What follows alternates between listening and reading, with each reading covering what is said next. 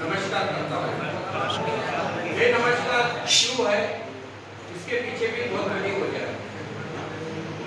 वेद ने कहा है नमो युवाभ्य, मतलब आप सभी युवा और शिवाजी महाराज और जो भी महापुरुष हुए वो भी युवा के आयु में। आज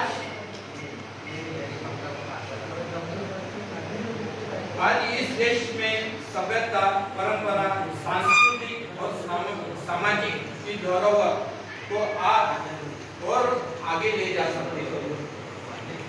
ये आगे ले जाने की ताकत आप सभी में है। वसुधैव कुटुंब और विश्व गुरु की संकल्पना हमें और तुमसे पूरी हो सकती है। आज 6 जून राज्याभिषेक पर अपना वक्तव्य करने का मुझे अवसर प्राप्त हुआ है। आज का विषय स्वदेश विचार और प्रसार पर, इस पर मैं थोड़ा सा प्रकाश डालने की कोशिश कर रहा हूँ। एक समय भारत की भूमि विश्व गुरु कहलाती थी। दुनिया भर की सकल संपदा भारत में पाई जाती थी। हर भारतीय तब श्रेष्ठ भारत का उच्चतम मनोवादी सकल सृष्टि में हर जन का एक मान हिंद देश को सर्वश्रेष्ठता मानता था। एकात्मकता, मानववाद और अंत्योदय विचारों के प्रणेता श्री पंडित दीनदयाल उपाध्याय जी ने इस विषय पर अपने विचार रखते हुए कुछ सवाल खड़े किए हैं कि स्वदेश क्या है, स्वदेशी क्या है, स्वदेशी एक वस्तु है या स्वदेशी कोई मंत्र है या कोई तंत्र है। इस पर सवाल की और उनके समाधानों की एक निम्नलिखित श्रृंखला बनाई है। स्वदेशी कोई वस्तु नहीं, एक चिंतन है। स्वदेशी भारत के जीवन का एक मूल तंत्र है। स्वदेशी मंत्र है सुखी जीवन का। आज स्वदेशी एक शास्त्र है युग परिवर्तन का, भारत के विकास का। स्वदेशी समाधान है भारत की बेरोजगारी का। स्वदेशी कवच है शोषित होने से बचने का। स्वदेशी स्वाभिमान है श्रमशीलता का। स्वदेशी संरक्षण है प्राकृतिक और पर्यावरण का और जीव जंतु का। स्वदेशी उपचार है मानवता के विकास का। स्वदेशी उत्थान है समाज और राष्ट्र के सम्मान और स्वाभिमान का। स्वदेशी क्या है? स्वदेशी देश के स्वाभिमान से जुड़ा विषय है। स्वदेशी वह है जिसे हमें अपनेपन की भाव उत्पन्न हो जाता है, जो हमारे इर्द-गिर्द उत्पन्न हुआ हो, क्योंकि इसके बिना देश में आर्थिक उन्नति तीव्र गति से नहीं हो सकती। स्वदेशी कहाँ है? एक सवाल खड़ा होता है। जो कुछ हमें प्राकृतिक और अपने राष्ट्र में उपलब्ध हो जाए वहाँ स्वदेशी है। स्वदेशी की हमें आवश्यकता कब होती है? यह भी एक सवाल खड़ा होता है। देश के आर्थिक विकास के साथ साथ हमें जब सामाजिक सुख शांति मिले तब और जिसे देश की आवश्यकता हो, देश की आवश्यकताओं को पूर्ति हो जाए, उतनी ही उपभोग नहीं उपयोग के भाव तक हमें प्राप्त हो जाए। स्वदेशी का बढ़ावा कैसे और कब तक? यह भी एक सवाल खड़ा होता है। स्वदेशी का बढ़ावा देने के लिए हमें अपने देश में निर्मित वस्तुओं के उपयोग का संकल्प लेकर उसका उपयोग भी करना होगा। हमें जीवन पर्याप्त स्वदेशी के विचारों का आत्मसात करना होगा। भाषा, भूषा, औषधिया, शिक्षा, रीति रिवाज, भौतिकता, उपयोगी वस्तुएं, कृषि ज्ञान, व्यवस्था आदि स्वदेशी ही होनी चाहिए। आदि किसी भी देश को आर्थिक, सामाजिक, तकनीकी, सुरक्षा आदि क्षेत्र में समर्थ व महाशक्ति, स्वाभिमानी, स्वावलंबी बनाना है तो स्वदेशी तंत्र का अपने को अपनाना पड़ेगा। स्वदेशी का अर्थ है अपने देश का अथवा अपने देश में निर्मित, अपने देश में बनी वस्तुओं का और सेवाओं का पूरी तरह से उपयोग करना, जो आर्थिक निर्भरता और राष्ट्रीय गौरव और सामाजिक एकता को बढ़ावा देना। स्वदेशी ज्ञान और तंत्रज्ञान सूचनाएं, अर्थ, उद्देश्य और मूल्यों को संदर्भित करता है तथा उन्हें तत्वज्ञान को बढ़ावा, कौशल्य विकास को चालना देता है, जिन्हें स्वदेशी लोगों ने हजारों वर्ष से इकट्ठा किया है, अवधारणा बनाई है, अध्ययन किया है और पीढ़ियों के माध्यम से वह पारित किया है। देश को तथा समाज को उन्नत हर क्षेत्र में सामर्थ्य, महाशक्ति बनाना है, यही अपना एक दृढ़ संकल्प है। तो स्वदेशी मंत्र और तंत्र को अपनाना ही होगा। जैसे अमेरिका लंबे समय तक अंग्रेजों के गुलाम रहा, 200 वर्ष पहले तब कोई अस्तित्व नहीं था, पर जब स्वदेशी मंत्र सिखाने वाले जॉर्ज वाशिंगटन ने क्रांति किया तो आज अमेरिका विश्व में महाशक्ति बन बैठा है। दूसरा अगर उदाहरण लिया जाए, जापान 3 बार गुलाम बना, पहले अंग्रेज, दूसरी बार उच्च पुर्तगाली, तीसरी बार अमेरिका का गुलाम बना। सन 1945 में जापान के हिरोशिमा और नागासाकी में परमाणु बम गिराया था। 100 वर्ष पहले तक जापान दुनिया में जापान की कोई पहचान नहीं थी। स्वदेशी का जज्बा के कारण और स्वदेशी अपनाने के कारण जापान पिछले 40 वर्ष से पुनः स्वावलंबी होकर खड़ा हो गया। इस सभी का एक ही मंत्र था, उन्होंने अपने देश को पूरे लोगों में स्वदेशी का ज्यादा प्रयोग करने का और ज्यादा उत्पादन तथा पूरी ताकत से देश को खड़ा करने का एक जज्बा था। विदेशी कंपनी जब हमारे देश में आती है तो सच्चाई से पता चलता है कि विदेशी कंपनियां बहुत ही कम पूंजी में लाती है और 1 वर्ष में 3 गुना पूंजी वापस विदेश में ले जाती है। ये हमें पता नहीं, मगर हम वीआईपी के या इम्पोर्टेंट चीज करके हम उसको यूज करते हैं, मगर वही अपने देश का पैसा वो विदेश में ले जाकर अपने राष्ट्र को एक स्वावलंबी, एक महत्वाकांक्षी बनाता है। जैसे उदाहरण कोलगेट पामोलिव, अमेरिकी ने पूंजी यानी लागत 13 लाख प्रति वर्ष, 13 लाख में लागत लगाई थी, प्रति वर्ष 23 करोड़ देश से ले जाती है। नोवार्टिस नाम की एक कंपनी है जो 40 वर्ष से इस भारत में है। उन्होंने 40 वर्ष पहले भारत में निवेश किए थे 2 करोड़ 10 लाख,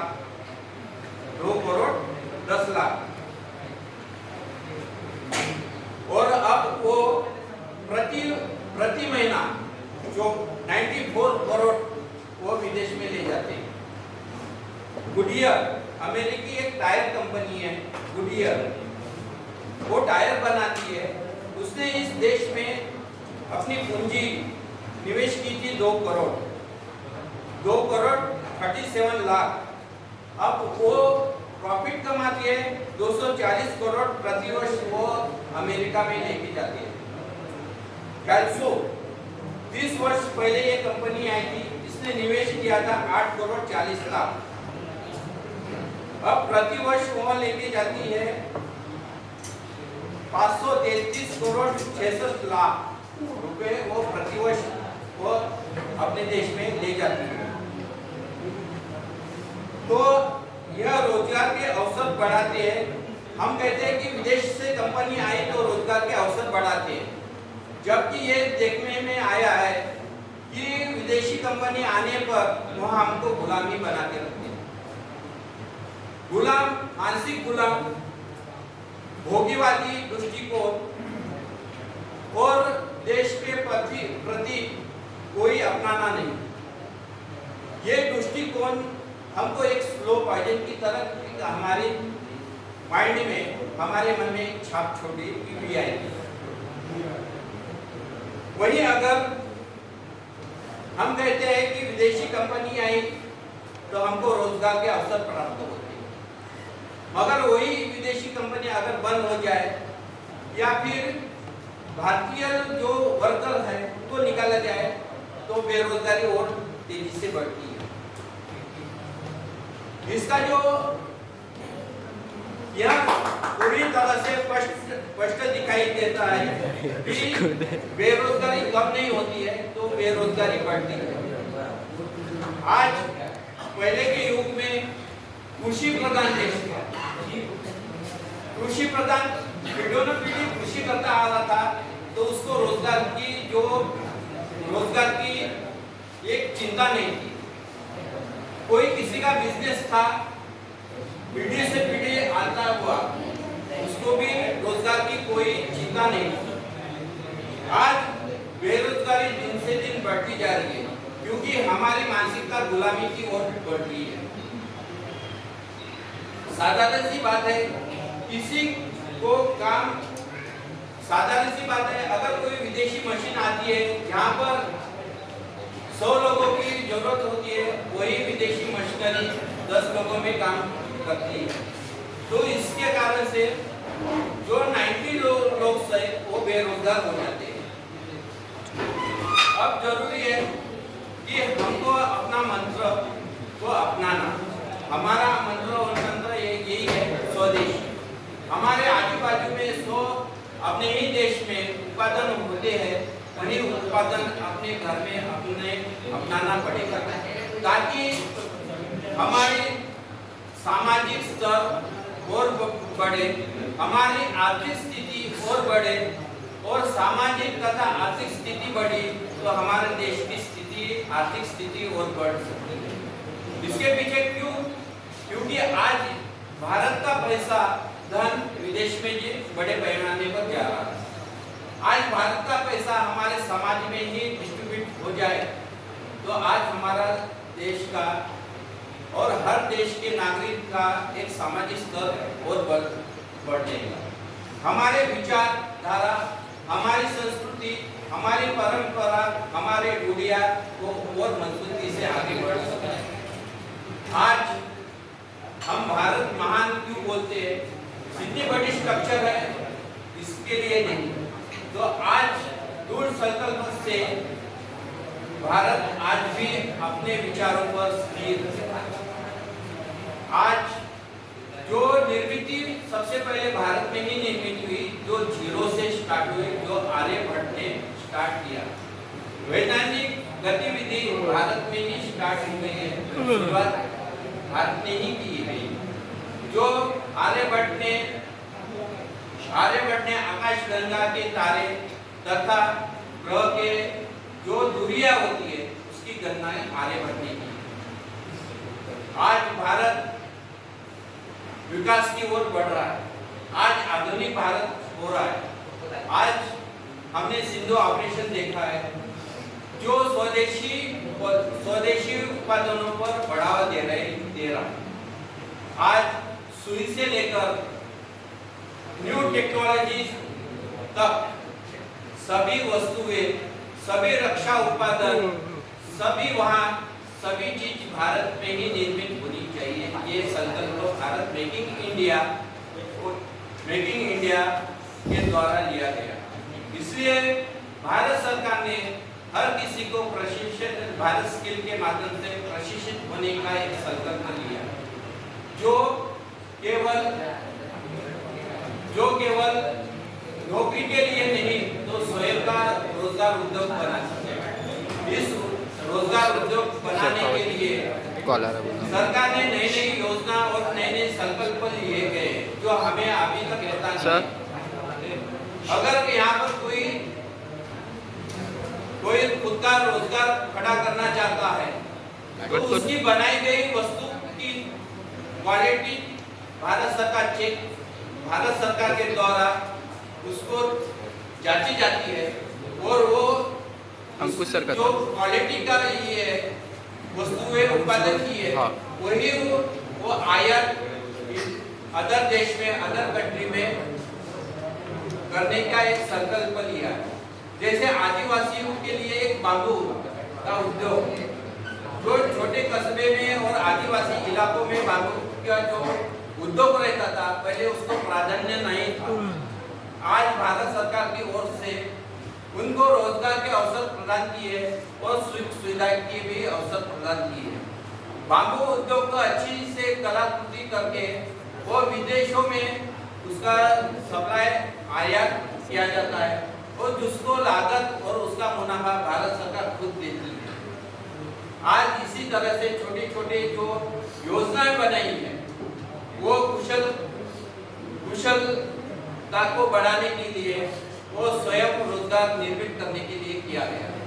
आज भारत का पैसा भारत को टैक्स के अपने इनकम के द्वारा टैक्स अगर प्रदान किया जाता है तो भारत के विकास के लिए बहुत बड़ा महत्वपूर्ण होता है।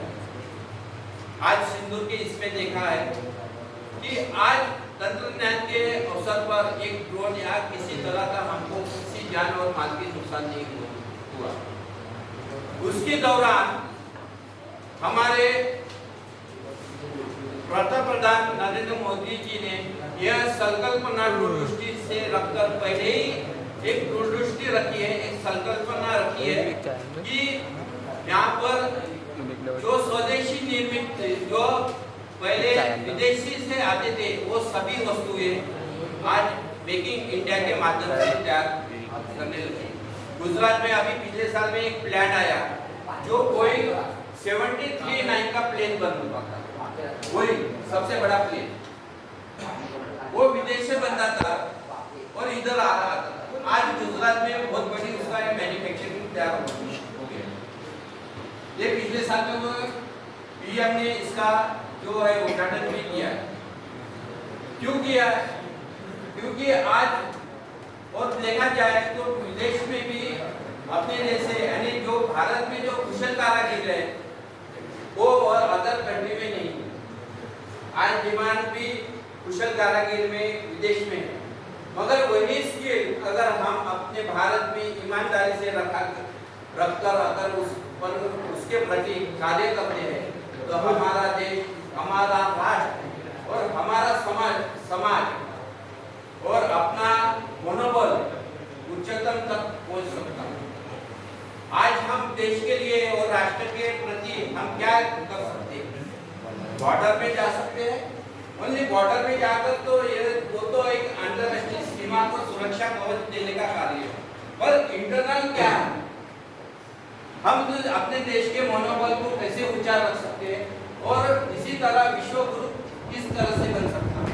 इसलिए मैंने प्रथम आपको नमस्कार इसलिए किया है कि इस संकल्पना को पूरा करने के लिए आपका बहुत बड़ा योगदान है। विश्व गुरु और वसुधैव कुटुंबकम की जो संकल्पना है वो बहुत बड़ी है। विश्व गुरु तब बनेगा हमारे जैसे हजारों युवक केवल नौकरी नहीं तो एक छोटा सा भी उद्योग करते हैं या अपने देश के प्रति एक कृतज्ञता व्यक्त करते हैं, वो बहुत बड़ी एक अपने राष्ट्र के लिए योगदान होगा। आज यह विचार की संकल्पना लेकर हमें चिंतन करने की, सोचने की बहुत बड़ी आवश्यकता है। आज हम सभी कौशल स्किल के अंतर्गत आते हैं। स्किल के अंतर्गत आने के लिए आज हम देश के प्रति, अपने समाज के प्रति और अपने प्रति एक ईमानदारी की बहुत बड़ी आवश्यकता है। आज राष्ट्र को हम अर्पण कर सकते हैं तो हमारा कौशल्य विकास, कौशल्य तथा हमारा एक अनुदान जो हमारा श्रम रहेगा वो हम राष्ट्र को अर्पित कर सकते हैं। आज वो पहले की स्थिति नहीं है, आज वो स्थिति आ गई है मेक इन इंडिया के माध्यम से। इसके पहले जो चंद्रयान 3 छोड़ा गया है ये भारत का दूसरा क्रमांक है और जो चंद्रयान बना है वो मेक इन इंडिया के माध्यम से ही बना हुआ है।